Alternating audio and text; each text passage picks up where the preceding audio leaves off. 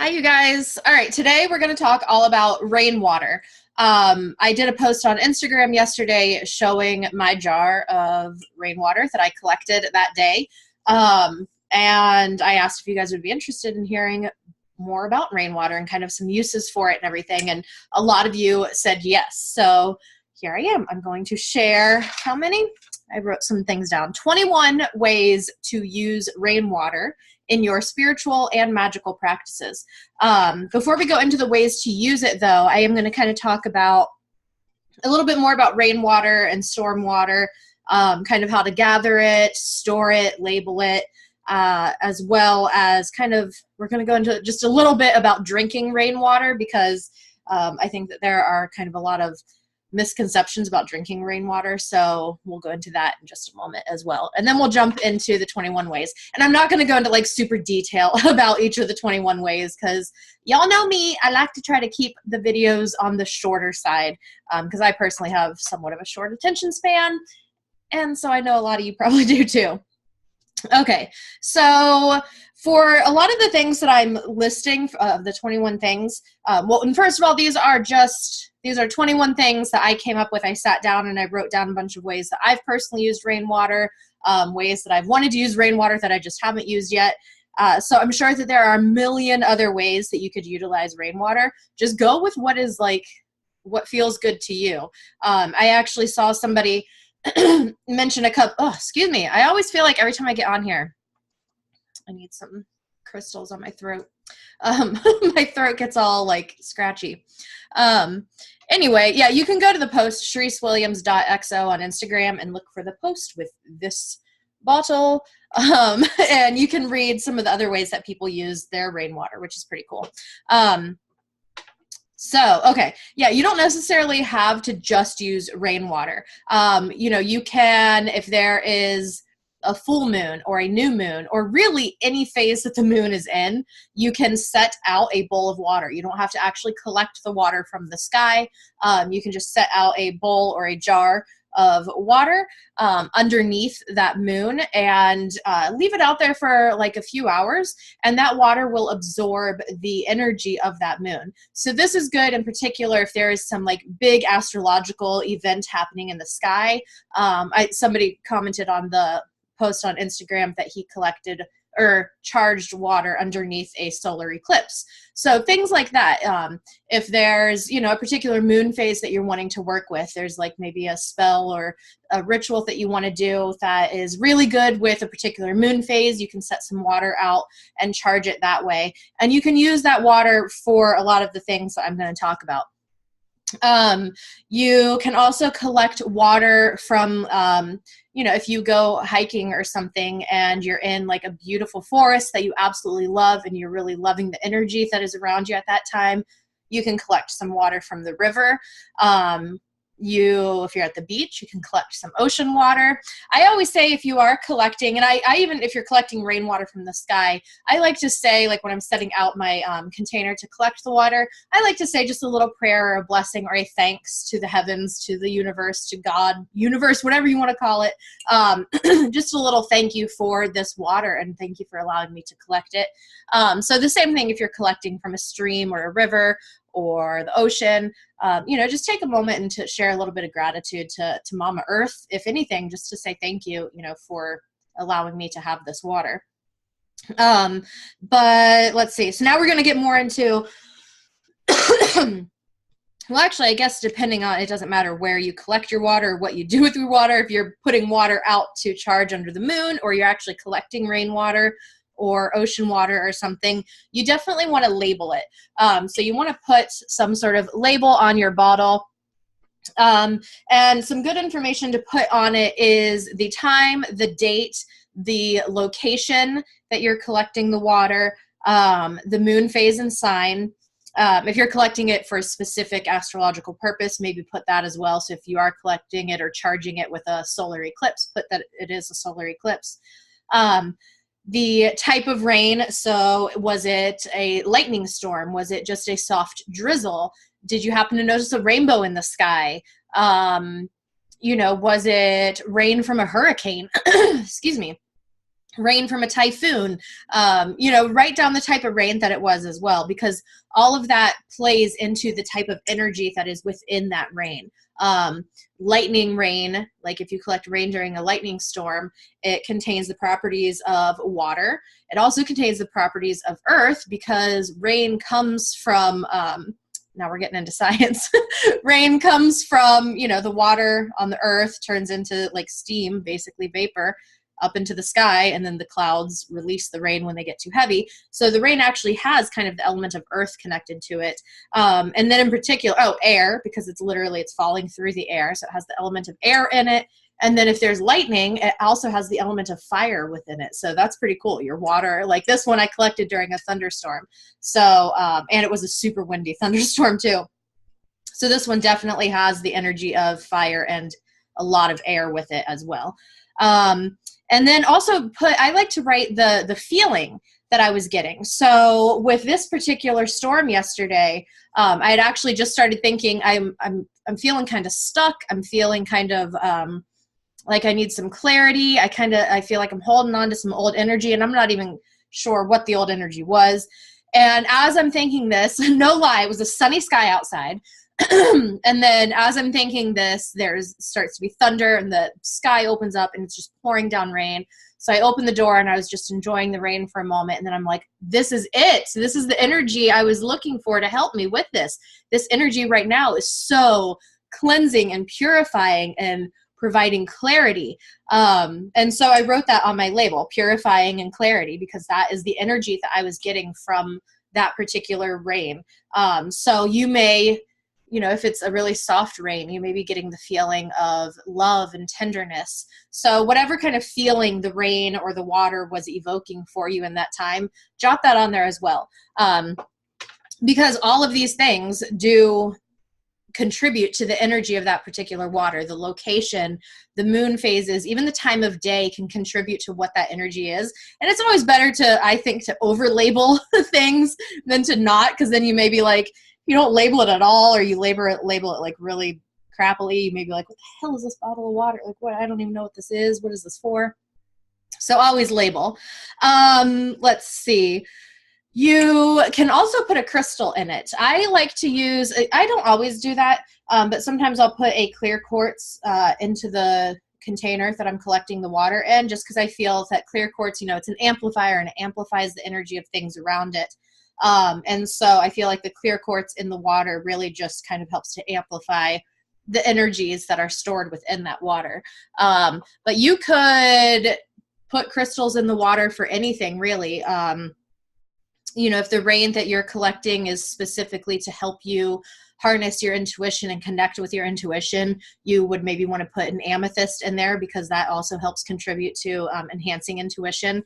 If you do put crystals in your water, first of all, make sure that it's a crystal that's okay to go into water. Like selenite, you probably don't want to put directly into the water, because it can kind of disintegrate the selenite. And if you're planning on drinking the water, definitely check. You can Google like toxic crystals, and don't put any toxic crystals into the water that you're planning on drinking or even applying to your skin. Just be safe with it. And you don't necessarily even have to put the crystal in it. Like this one, I didn't put the crystal in when I was collecting the water, and then now this has been sitting on my altar, and I've just had a clear quartz point sitting on top of the bottle. So you could do that. I also would suggest collecting your water in either a glass container, a ceramic container, or even a wood container. Like I have a wooden bowl that I'll collect water in sometimes. I just feel metal. I don't know. I feel metal, at least this is just me, metal personally kind of like messes with the energy. Not necessarily even in a bad way, but just it kind of messes with the energy of the water, because I feel like metal has so much of its own properties that it really affects the energy of the water. So I don't personally like to use metal containers to collect or store my water. I mean, this lid is metal on my glass jar, but it's not touching the water. And then plastic's just kind of gross anyway, and the chemicals in the plastic leach into the water. So glass, ceramic, or wood are the containers I would suggest to keep your water. And then finally, you can store your water, I suggest in the refrigerator. You can keep it on your altar, like this one I'm keeping on my altar for right now. You can put it in if you have like a little herb cabinet or witch cabinet, you can keep it in there. And you can also, like I said, keep it in the refrigerator. I feel like the refrigerator or a darker space kind of helps to keep the energy more contained and doesn't dissipate it. I really only like to keep water around like this for like a month, like roughly 30 days. Other people may say different. Other people may say you can keep this water and its energy will be charged in there indefinitely. Other people may say only a week.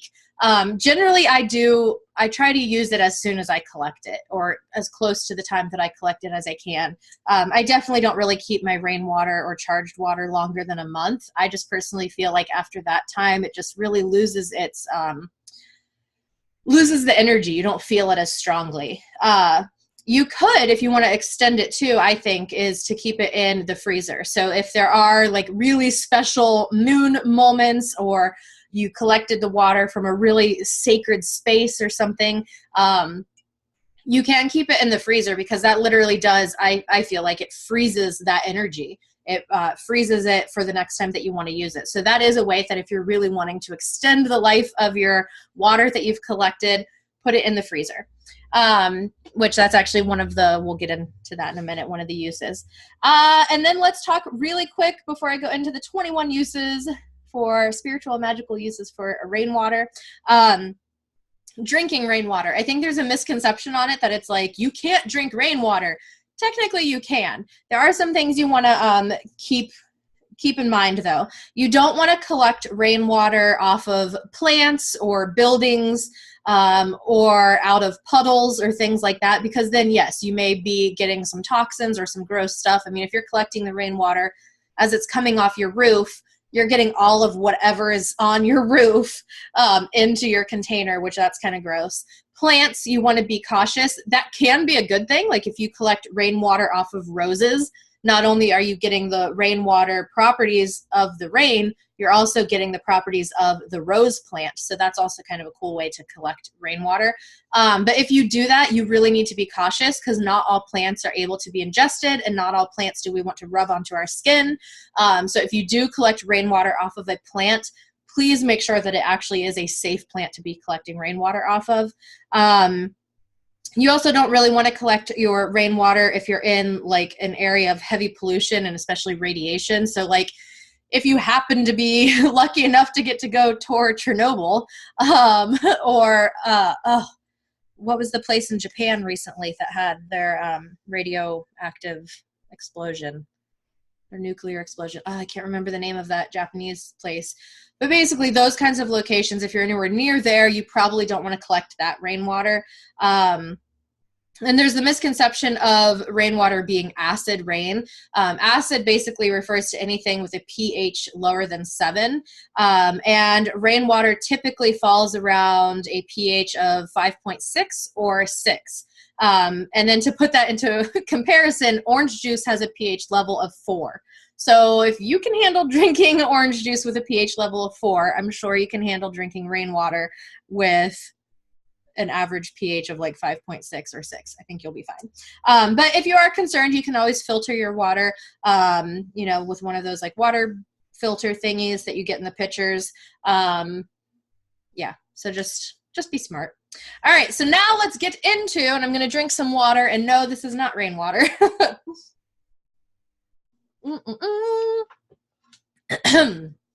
Okay, 21 magical and spiritual uses for your rainwater.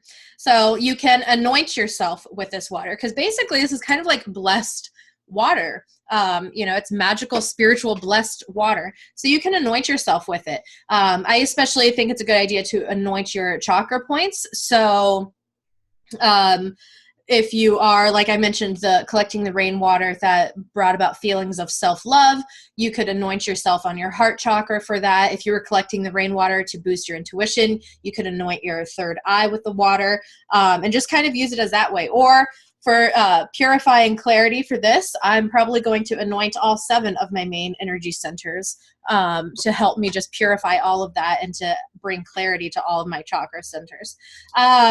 Something else you could do is make a facial mist with this. So you could pour some of the water into a glass spray bottle and use it to mist your face with.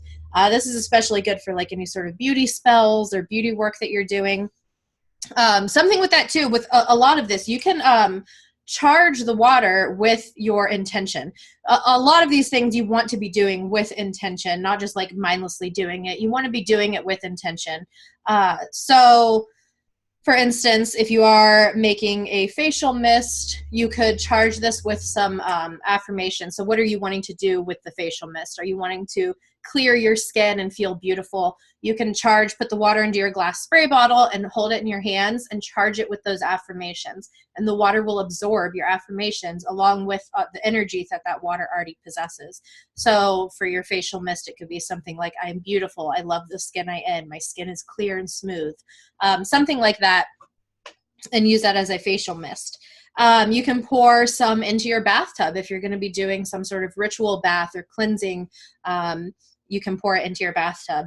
We mentioned you can drink it. Again, I would personally, rather than just drinking it mindlessly, I would make a moment of it, you know, cleanse your space with some Palo Santo or something. Put some in a beautiful glass that you have, maybe hold that glass and say some intentions or say a little blessing over it, and then drink it that way rather than just mindlessly drinking it. But yeah, you can drink it. You can use it as an offering. So you can pour some out onto the earth as an offering to the spirits and the energies out there, or as a thank you to Mother Earth. You can pour it as an offering in a dish on your altar for different deities or your ancestors. Number 6, I haven't been saying the numbers for these. We're on number 6 now.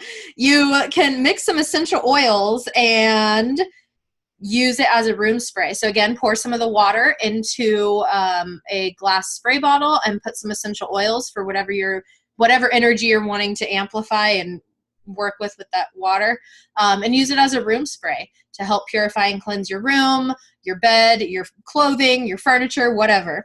Let's see. Number 7, you can use the water to anoint your magical tools and crystals. So it's a beautiful way to kind of cleanse your crystals and bless them, or to cleanse and bless your different magical tools. So your pendulum or your athame or whatever it is that you're using. Let's see, number 8, you can use it to bless your space. So an easy way to do this is to just pour the water maybe into like a small bowl, and you can just dip your fingers into the bowl and kind of flick the water around your space, and that helps to cleanse the space and to bless the space. Another way to do that, this is number 9, you can kind of, to amplify that, especially if you're going for more of like a cleansing, you can take some rosemary sprigs and dip it into the water and use that to flick the water around your space. So not only is your space getting the rainwater, it's also getting the cleansing and purifying properties of the rosemary as well. Or perhaps you are looking for protection, so maybe you could dip some mugwort into the water and use the mugwort to sprinkle the water around your space. Or roses, anything really. Again, that kind of goes back to if you're putting it on your skin or going to be ingesting it at all, definitely be cautious of what plants you're using for that. You can bless your doors and windows. Use this as a blessing and protecting. So you can go around and kind of, you could even use like a paintbrush if you want. I would maybe kind of take a moment to like energetically cleanse the paintbrush, and you could dip it into the water and use that to paint around your doors and your windows to kind of bless your home and to offer protection at your home. Or you could just use your finger as well, whatever feels good for you. Number 11, you can make a floor wash out of it. So you can use the rainwater and put in some herbs and some oils and make a blessed floor wash to cleanse and protect your home that way. You can use it to clean your altar and sacred space. So again, maybe you just want to use like a rag that you've purified and use that to clean your altar space or your sacred space. Let's see, number 13. So again, this is kind of like the windows and door thing of blessing your home. This is where you go more particularly into the corners of each room and sprinkle the water into the corners of the room.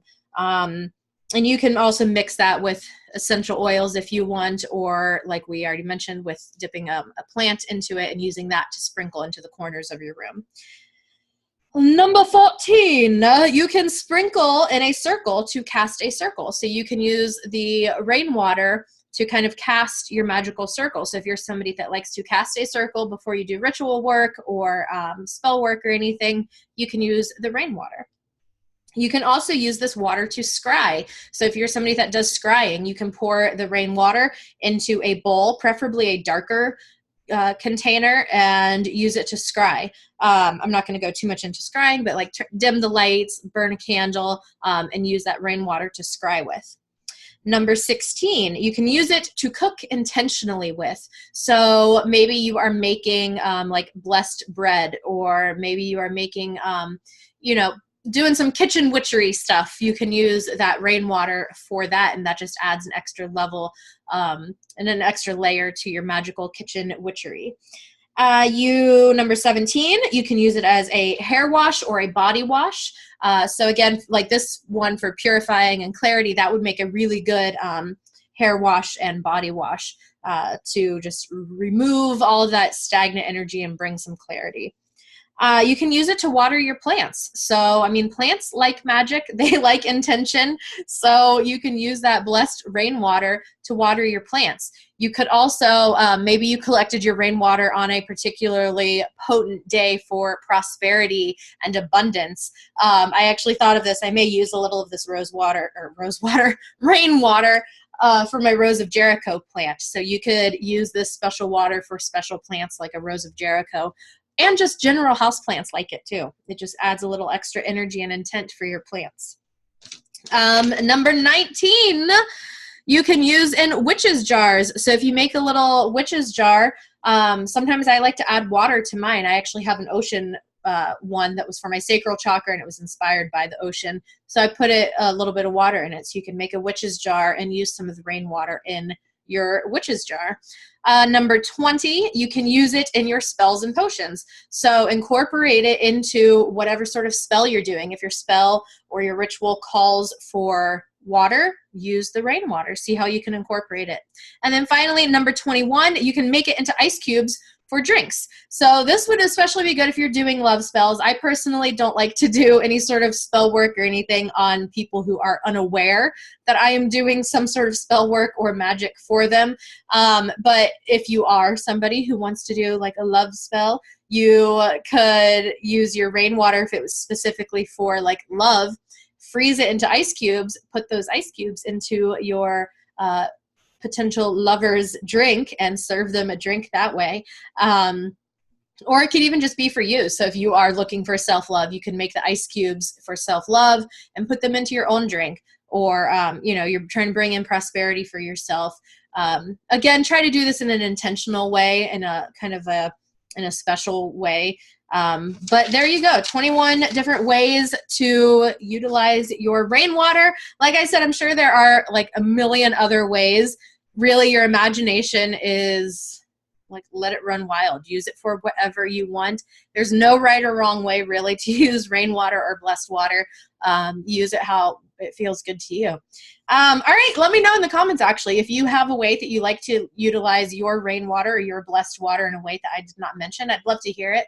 Put it in the comments of this YouTube video or reach out to me on social media and let me know. Again, ShariceWilliams.xo on Instagram. And listen to the Goddess Life podcast on iTunes and most podcasting apps. Oh, and buy my books, the Goddess Life book and the Sacred Journal and Workbook, both on Amazon. All right, I'll talk to you guys later. Peace and love. Bye-bye.